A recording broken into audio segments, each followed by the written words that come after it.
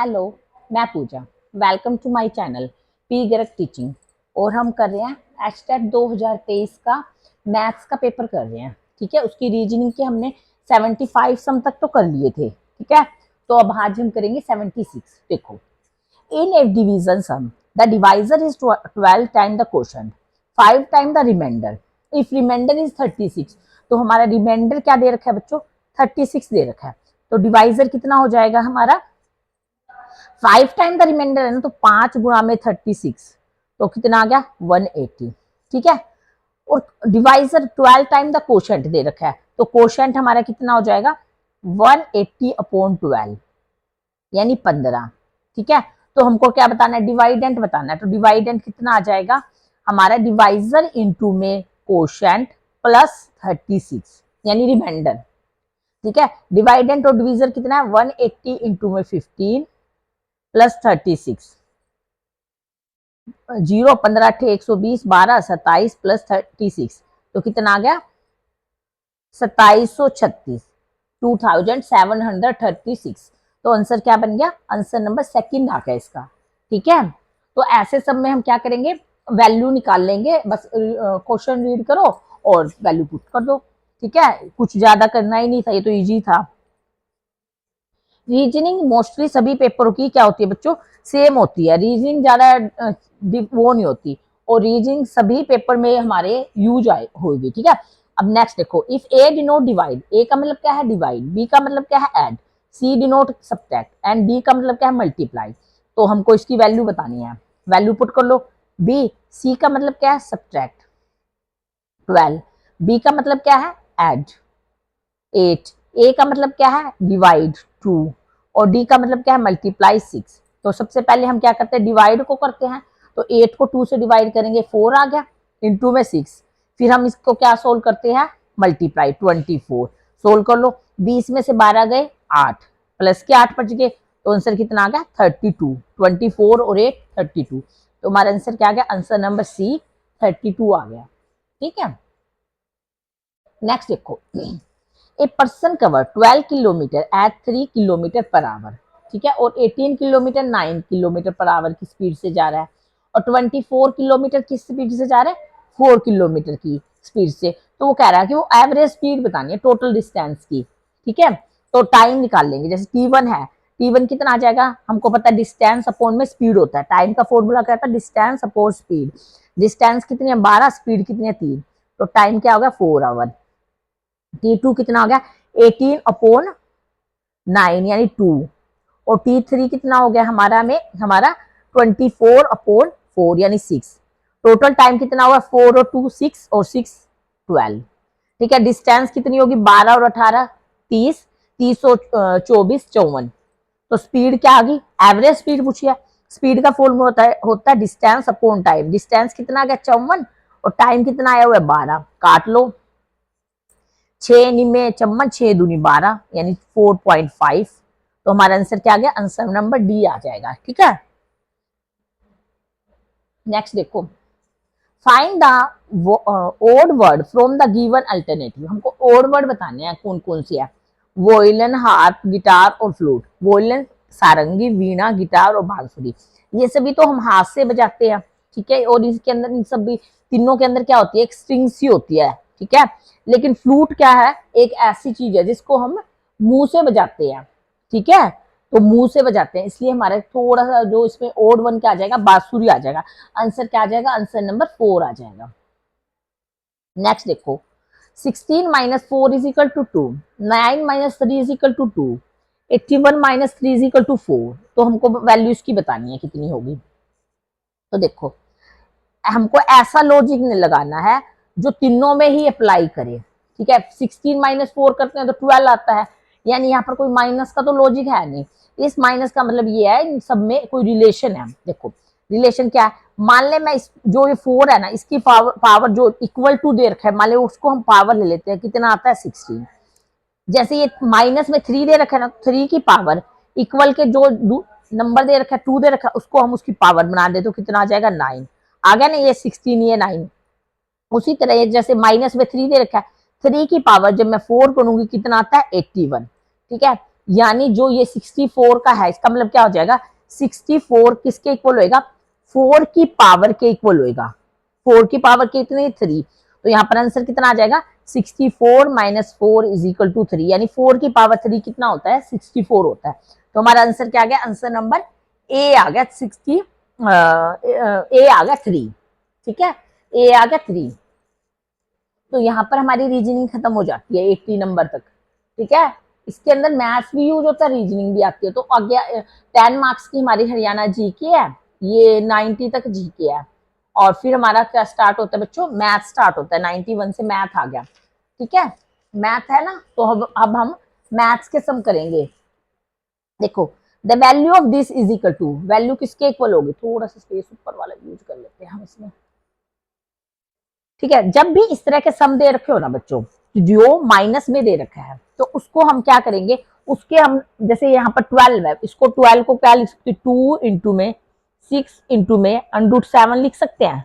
ठीक है, यानी हमको 36 के ऐसे फैक्टर करने हैं, ठीक है, कि जिसमें √7 भी आए, 6 भी आए। यानी 43 के टुकड़े कैसे करेंगे हम, 36 प्लस 7। ठीक है, दोनों स्क्वायर बनेंगे इन दोनों का, -2 इंटू 6 इंटू में √7। ठीक है, मैं एक ये समझा देंगे ना, फिर अगला इजी हो जाएगा। तो हम इसको क्या लिख सकते हैं, 6 का स्क्वायर प्लस √7 का स्क्वायर, -2 इंटू 6 √7 आ गया ना। तो ये एक फॉर्मूला बन गया ना, 6 माइनस √ का होल स्क्वायर बन गया। जो ये 6 माइनस √2 का होल स्क्वायर बन गया, लेकिन उसके ऊपर क्या है, स्क्वायर रूट है। तो यानी इसकी वैल्यू कितनी आ गई, 6 माइनस √7 आ गई। अब हम देखेंगे इस जो सेकंड वाले की है।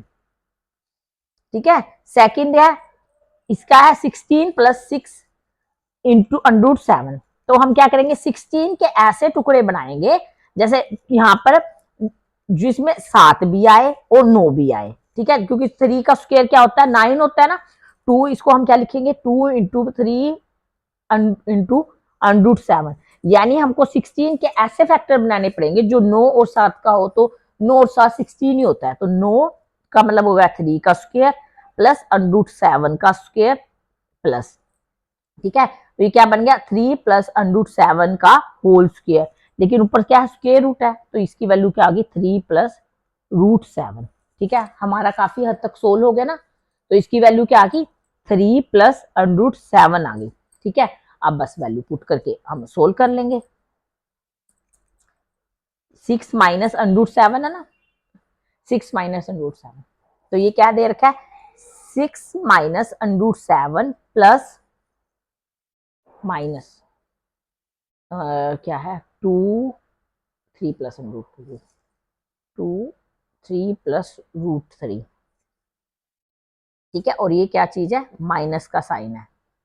ठीक है, अब इसको सोल्व कर लो। ठीक है, इसको सोल्व कैसे करेंगे, चाहे तो बच्चों हम इसको मतलब यहाँ पर ही इसको सोल्व कर ले, नीचे हम फैक्टर लिया है, चाहे एलसीएम लेके सोल्व कर लो। ठीक है, इसको यहीं की यहीं सोल्व करेंगे कैसे, नीचे प्लस का निशान है तो हम क्या करेंगे, माइनस के फैक्टर से मल्टीप्लाई कर देंगे और माइनस के फैक्टर से ही डिवाइड कर देंगे।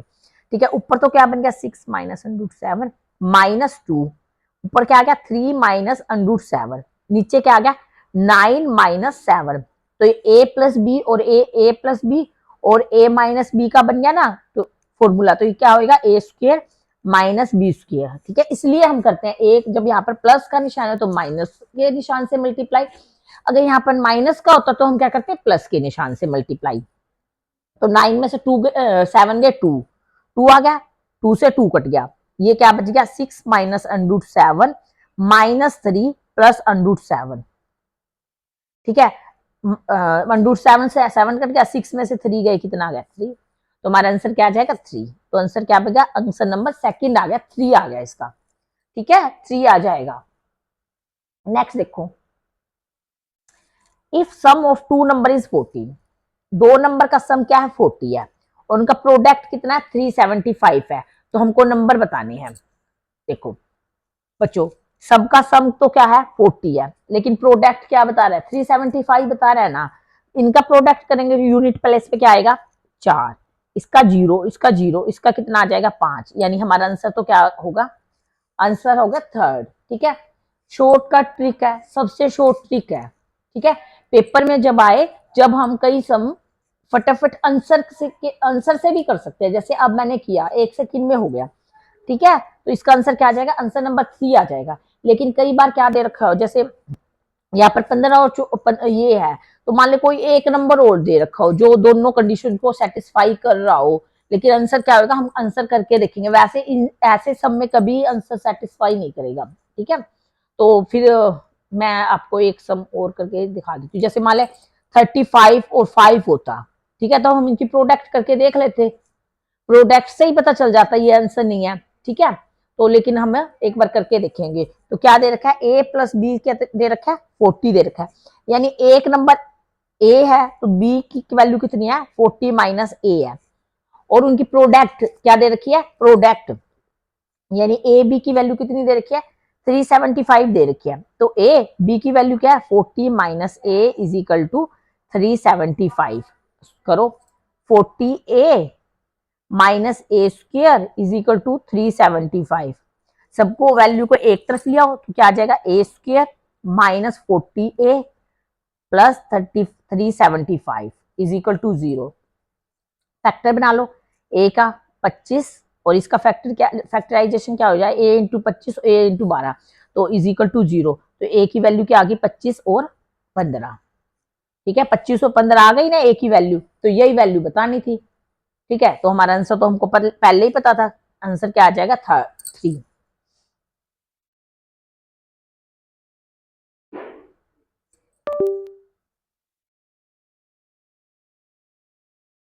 ठीक है, तो आंसर तो हमको पता ही था कि पहले ही क्या आ जाएगा, आंसर नंबर 3 आ गया इसका। ठीक है, आंसर क्या आ गया, 3 आ गया इसका answer.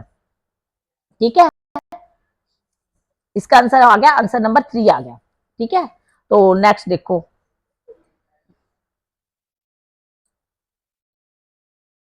if the area of base of cuboid is 80 square centimeter, the area of two adjacent faces is this। Volume बताना है हमको क्यूबाइड का कितना हो जाएगा, एरिया दे रखा है और हमको क्या बताना है, वॉल्यूम बताना है क्यूबाइड का। ठीक है, देखो, area of the base, base का मतलब क्या हो गया, जो मान लो क्यूबाइड का बेस में क्या होगा, जैसे बेस है लेंथ इंटू ब्रेथ, यानी लेंथ इंटू ब्रेथ कितना दे रखा है, 80। और आगे क्या दे रखा है, 75 का मतलब क्या है, लेंथ इंटू हाइट क्या दे रखी है, 72। और ये क्या है, लेंथ इंटू ब्रेथ क्या दे रखी है ना, हाइट, ब्रेथ, यहाँ पर ब्रेथ इंटू हाइट क्या दे रखी है, 40 सेंटीमीटर। ठीक है, दे रखी है ना। तो अब क्या करेंगे, हमारे इन तीनों वैल्यू से हम सबकी वैल्यू निकाल लेंगे, एल एच बी सबकी वैल्यू निकाल लेंगे। कैसे निकाल लेंगे,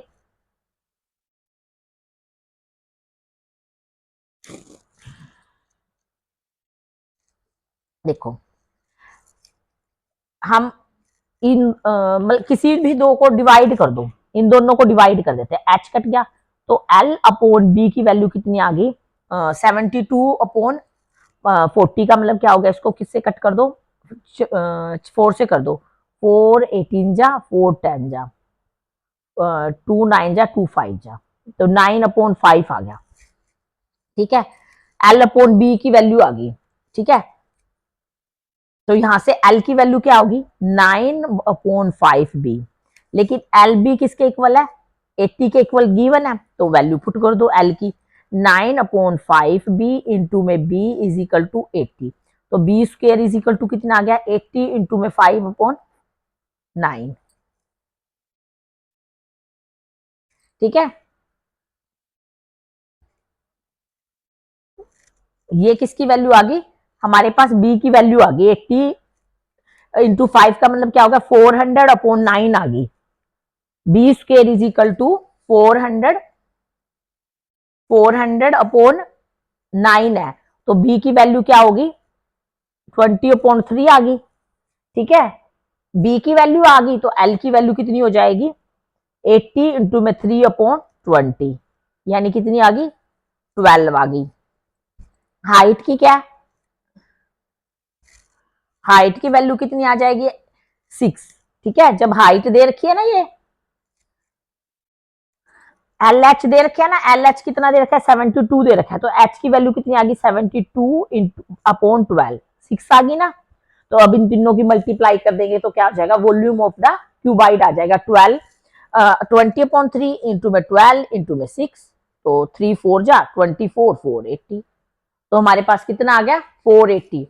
तो वॉल्यूम ऑफ द क्यूबाइड कितना आ गया 480 आ गया। ठीक है, जैसे दो दे रखे उससे हम क्या करेंगे, एक की वैल्यू निकाल लेंगे ताकि हमारे और वैल्यू आ जाए। ठीक है, नेक्स्ट देखो, √3 की power n is equal to 729 है, तो हमको किसकी वैल्यू बतानी है, n की वैल्यू बतानी है। 3 की power n is equal to, दोनों तरफ स्क्वेयर कर देंगे तो 72 इंटू में 72, फैक्टराइजेशन कर दो 72 का। ठीक है, 72 का फैक्टराइजेशन करेंगे क्या होता है, 3 की पावर 6 की पावर, ये 2 टाइम है 2, यानी क्या आ जाएगा 3 की पावर 12। ठीक है, तो n की वैल्यू क्या आ गई 12, तो n की वैल्यू क्या आ गई 12 मार्क्स आएगी हमारे पास। ठीक है, n की वैल्यू पूछ रखी थी।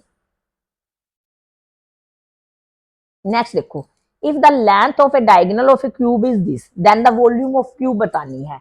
हमको क्या दे रखा है, लेंथ दे रखा है। ठीक है, डायगोनल दे रखा है किसी क्यूब का। ठीक है, और हमको उसकी वॉल्यूम बताना है। तो डायगोनल और मतलब जो साइड होती है क्यूब का, उसका फॉर्मूला क्या होता है, diagonal is equal to √3 side. ठीक है, साइड कितनी आ जाएगी, डायगोनल कितना है 7.3 अपॉन √3 आ गया।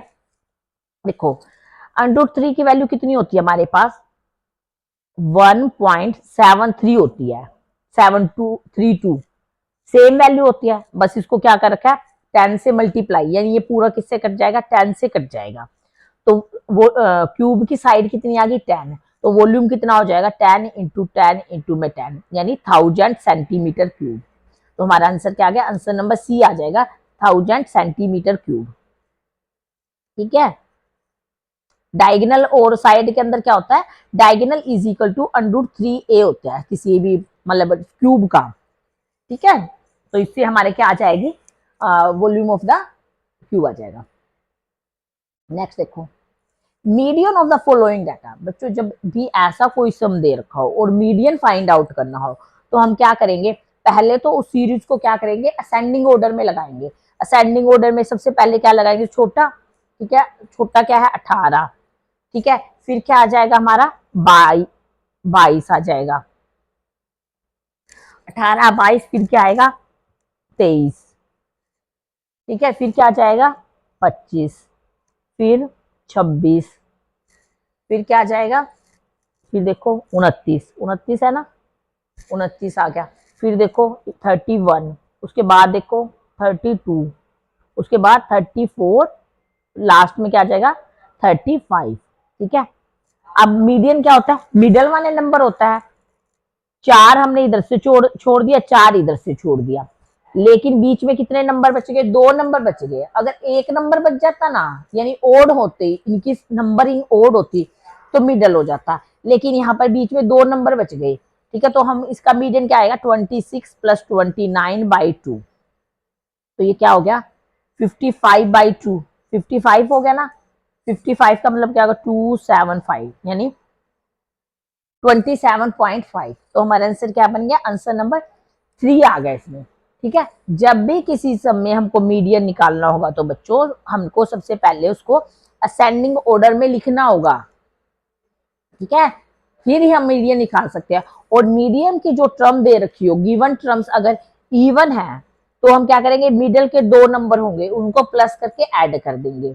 जैसे इसमें हमने इन दोनों को प्लस करके ऐड करके 2 से डिवाइड किया। अगर मान लो ये 20 32 ना दे रखा होता तो एक नंबर कम आ जाता, तो हम क्या करते, मान लो 9 है ये।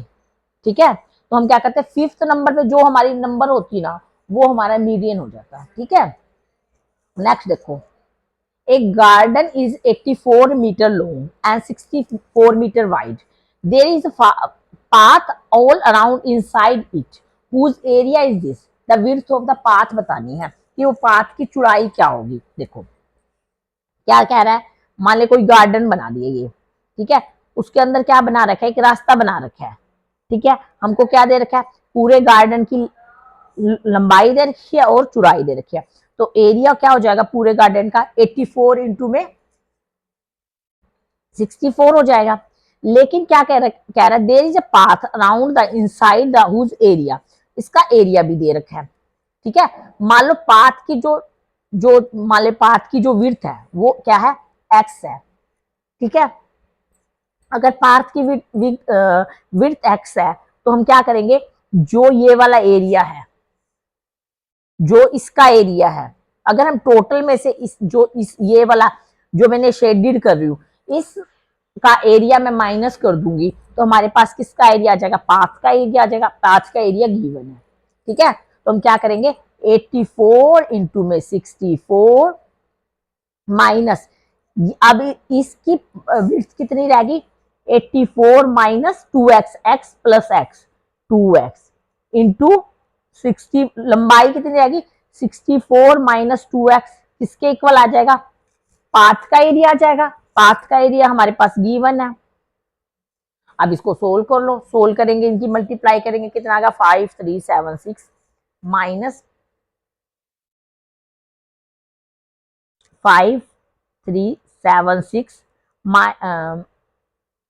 60 इसकी करेंगे 8 और 28x माइनस ये इनकी मल्टीप्लाई करो 8 16x प्लस 4x स्क्वायर। ठीक है, ये आ गया ना, इज इक्वल टू 1632। सोल्व कर लो। अब क्या करेंगे, खोल लेंगे, निशान चेंज हो जाएंगे, ये माइनस का रहेगा, ये क्या हो जाएंगे प्लस के, और ये क्या हो जाएगा माइनस का निशान हो जाएगा। माइनस से माइनस कट जाएगा, ये क्या आ जाएगा -4x² प्लस 6 2 और 6 9 और 2 x इज इक्वल टू क्या आ जाएगा 1632। पूरे में से क्या करेंगे हम -4 कॉमन ले लेंगे तो क्या आ जाएगा x² माइनस में 74x इक्वल के दूसरी साइड है, इस तरफ लाएंगे निशान चेंज हो जाएगा इज इक्वल टू 0, लेकिन हमने -4 से डिवाइड किया है तो क्या आ जाएगा +408। अब हम क्या करेंगे फैक्टराइजेशन करेंगे, फैक्टर बना लो x माइनस 68 और x minus 6 is equal to 0 आ गया। 68 तो उसकी चौड़ाई आ नहीं सकती, ठीक है, दो चौड़ाई आ गई ना हमारे पास, 68 तो आएगी नहीं, इसकी पाथ की जो विड्थ है तो हमारी कितनी आ जाएगी 6 मीटर। तो हमारा आंसर क्या बन जाएगा 6 मीटर। तो विड्थ जो पाथ की विड्थ कितनी हो जाएगी 6 मीटर होगी। यानी टोटल एरिया में से अगर मैं इस शेडेड पार्ट का एरिया घटा दूं तो हमारे पास क्या आ जाएगी पाथ का एरिया हो जाएगा। लेकिन पाथ का एरिया दे रखा है, पाथ का एरिया तो दे रखा है तो उससे हमारी विड्थ आ जाएगी। ठीक है, तो इसका आंसर क्या आ जाएगा, answer number second 6 metre. Next देखो, the height of equilateral triangle is 18 centimetre, then its area बताना है। इक्विलेटरल ट्रायंगल है, हाइट दे रखी है तो एरिया हमको फाइंड आउट करना है। ठीक है, तो देखो हाइट और साइड, ठीक है, एरिया हमको पता है, एरिया इज इक्वल टू क्या होता है 30√3/4 होता है। ठीक है, यानी अगर मेरे पास ट्रायंगल की साइड आ जाए तो मेरा उसका एरिया निकल जाएगा। हाइट और साइड में क्या रिलेशन होता है, जो हाइट होती है इक्विलेटर ट्रायंगल की वो किसके इक्वल होती है √3/2a होती है इंटू साइड। तो हाइट कितनी दे रखी है 18 इंटू 2/√3, ये आ जाएगी, पुट कर दो √3/4, ये क्या है a स्क्वायर है तो 18 इंटू 18 इंटू में 4/3 हो जाएगा। ठीक है, 4 से 4 कट गया 6, तो कर लो 6 18 जा 108√3, तो हमारा आंसर क्या आ जाएगा 108/3। तो आंसर क्या बन गया, आंसर नंबर 4 आ गया। ठीक है, इक्विलेटर ट्रायंगल का एरिया क्या होता है √3/4a² होता है और हाइट और साइड के बीच में रिलेशन ये होता है। ठीक, नेक्स्ट देखो, if n is a natural number other than a perfect square then √n क्या होगा। ठीक है, n अगर एक नेचुरल नंबर है, ठीक है, नेचुरल नंबर है लेकिन परफेक्ट स्क्वायर के बिना, ठीक है, परफेक्ट स्क्वायर मतलब जैसे 4 है, 4 नेचुरल नंबर है लेकिन इसका परफेक्ट स्क्वायर क्या बन जाएगा 2 बन जाएगा। ऐसी संख्या नहीं, ऐसी √3 जिसका परफेक्ट स्क्वायर ना हो वो उन नंबर को क्या कहेंगे, यानी √n को उन √n को क्या कहेंगे रैशनल नंबर कहेंगे, इरेशनल नंबर कहेंगे, इंटीजर कहेंगे या नेचुरल नंबर? तो ना ही तो नेचुरल नंबर कहते हैं, ना ही हम उनको इंटीजर कहते हैं, ना ही हम उनको रैशनल नंबर कहते हैं, तो उनको क्या कहेंगे? Irrational number. तो हमारा आंसर क्या आ जाएगा? आंसर नंबर सेकंड आ जाएगा, इरेशनल नंबर। जो परफेक्ट स्क्वायर बना देगी ना इस तरह, उनको क्या कहेंगे? रैशनल नंबर कहेंगे, या वो इंटीजर्स भी हो सकती हैं। ठीक है, नेक्स्ट देखो 100। If alpha and beta are the root of this, then the value of alpha square beta square plus alpha beta square की वैल्यू बतानी है। तो हम जो गिवन इक्वेशन है इसमें अल्फा बीटा कॉमन ले लें, तो ये क्या आ गया? अल्फा प्लस बीटा बन गया। तो यानी क्या हो जाएगा? Product of the roots plus plus into में क्या आ जाएगा? Sum of the root. हमको सीधा फॉर्मूला पता है, प्रोडक्ट ऑफ द रूट किसके इक्वल होता है? सी अपॉन ए के। सी कितना है? -1। ए कितना है? 1। ठीक है, अल्फा इंटू बीटा कितना हो गया? -1। और सम ऑफ द रूट्स किसके इक्वल होता है? -b अपॉन ए के। ठीक है, b की वैल्यू कितनी है? -2 है, तो -2 और -2 2, a की वैल्यू 1 है तो 2, तो इसका आंसर क्या आ जाएगा? -1 इंटू 2 कितना आ गया? -2। तो इस क्वेश्चन का आंसर क्या आ जाएगा? -2। यानी हमारा आंसर क्या आ गया? आंसर नंबर ए आ गया। ठीक है, हम सीधा ही कॉमन लेके हमारी वैल्यू आ जाएगी। ठीक है, ज्यादा सोल्व करने की जरूरत ही नहीं पड़ेगी। तो इसका आंसर क्या आ गया? आंसर नंबर 1 आ गया। ठीक है, नेक्स्ट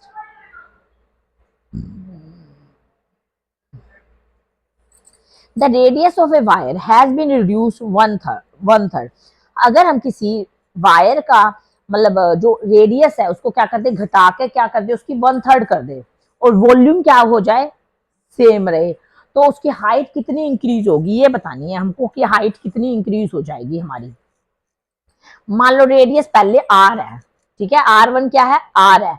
हमने R2 क्या कर दी? 1/3 कर दी, तो क्या बन गई? 1/3 पाई आर बन गई। ठीक है, वॉल्यूम क्या है? सेम है, दोनों वायर का वॉल्यूम सेम है, तो वॉल्यूम का फॉर्मूला क्या होता है? पाई आर स्क्वायर H1, यहाँ पर R1 लगा लो, पाई R2 H2। पाई से पाई कट गया, आर कितनी है? R square upon H1। यहाँ पर आर कितने? आर स्क्वायर कितना है? 1/3 आर, यानी स्क्वायर क्या हो जाएगा? 1/9 आर स्क्वायर H2। ठीक है, आर स्क्वायर से आर स्क्वायर कट जाएगा, तो H2 किसके इक्वल हो जाएगी? 9H1। यानी अगर उसकी पहले हाइट H1 थी, अब कितनी होगी? 9 टाइम होगी। ठीक है, तो हाइट कितनी इंक्रीज हो जाएगी? 9 टाइम इंक्रीज हो जाएगी। तो हमारा आंसर क्या आ गया? आंसर नंबर डी आ गया, 9 टाइम। ठीक है, तो सिर्फ कुछ नहीं, इस तरह हम वैल्यू पुट करके करेंगे, कोई ज्यादा लंबा चौड़ा नहीं है ये। नेक्स्ट देखो, sine theta plus cos theta is equal to 2, then the value is equal to sine 11 theta plus cos 11 theta. क्या होगी? जब भी साइन और कोस का इस तरह दे रखी हो ना, तो उसकी वैल्यू कितनी आएगी? जितनी यहाँ पर गिवन होगी ना वो सेम होगी, चाहे पावर यहाँ पर कितनी दे रखी है, साइन की पावर 9 हो, साइन की पावर 40 हो, कितनी भी वैल्यू हो, तो यहाँ पर उसकी वैल्यू कितनी आएगी? 2 दे रखा है ना, तो 2 ही आएगी। तो आंसर का तो सीधा आ जाएगा, आंसर नंबर 3 आ जाएगा। ठीक है, इसका 102 का क्या आ जाएगा? 3 आ जाएगा। लेकिन एक बार मैं इसको करवा के दिखा देती हूँ ताकि हम कंफ्यूज ना हो, कई बार भूल भी सकते हैं। ठीक है, तो क्या हो जाएगा? Sign theta plus cos theta है, तो साइन थीटा, कोस थीटा को हम क्या लिख सकते हैं? कोसिकेंट थीटा को हम क्या लिख सकते हैं? 1 upon sine theta is equal to क्या आ गया? 2। क्रॉस मल्टीप्लाइंग कर दो, तो sine square theta plus 1 is equal to 2 sine theta आ गया। तो क्या लिख सकते हैं? Sine square theta plus 1 minus 2 sine theta is equal to 0। तो ये फॉर्मूला बन गया x square plus 1 minus 2x का, तो ये क्या आ जाएगा? साइन थीटा माइनस 1 का स्क्वायर इज इक्वल टू 0। तो साइन थीटा की वैल्यू कितनी आ गई हमारी? 1 आ गई। साइन थीटा 1 है तो कोसिकेंट थीटा कितना आ गया? 1 अपॉन साइन होता है, ये भी 1 आ गया। तो अगर हम 1 का कितना भी स्क्वायर कर ले तो उसकी वैल्यू हमेशा ही क्या आएगी? 1 ही आएगी। तो 1 प्लस 1 क्या आ गई? 2। तो हमारा आंसर क्या आ गया? आंसर नंबर 3 आ गया, 2 आ गया। ठीक है, ये बस कुछ हम करते हैं तो याद ही हो जाएंगे कि हमारे पास इसकी वैल्यू ये रहती है। ठीक है, नेक्स्ट देखो, if tangent 2 theta and tangent 4 theta is equal to 1, then the value of tangent 3 theta. तो हमको टेंजेंट 3 थीटा की वैल्यू बतानी है। हमको पता है टेंजेंट की वैल्यू 1 कब होती है? 19 पे टेंजेंट की वैल्यू क्या होती है? एंगल जब 90 का होगा तो टेंजेंट की वैल्यू क्या होगी? 1 होगी। ठीक है, यानी टेंजेंट मतलब यानी 2 थीटा प्लस 4 थीटा की वैल्यू कितनी होगी, 2 थीटा प्लस 4 थीटा की वैल्यू कितनी हो गई, 90 आ गई। तो 6 थीटा किसके इक्वल हो गया, 90 के। तो थीटा की वैल्यू कितनी आ गई हमारे पास, 15। तो इसने पूछ रखा है टेंजेंट 3 थीटा की वैल्यू कितनी होती है, ठीक है। टेंजेंट 3 थीटा की वैल्यू पूछा है, तो टेंजेंट 3 थीटा मतलब थीटा कितना है, 15, 45। टेंजेंट 45 की वैल्यू कितनी होती है, 1, ठीक है। तो हमारा आंसर क्या आ गया, आंसर नंबर 1 आ गया इसमें, ठीक है। तो इसमें आंसर क्या आ गया, आंसर नंबर 1 आ गया। तो आज की क्लास में बस इतना ही, आगे क्या है, हाँ आज हम इतना ही करेंगे, आज की क्लास में इतना ही, और बाकी के सब हम कल नेक्स्ट क्लास में करेंगे। Please like and subscribe my channel P Garg teaching. Thank you very much.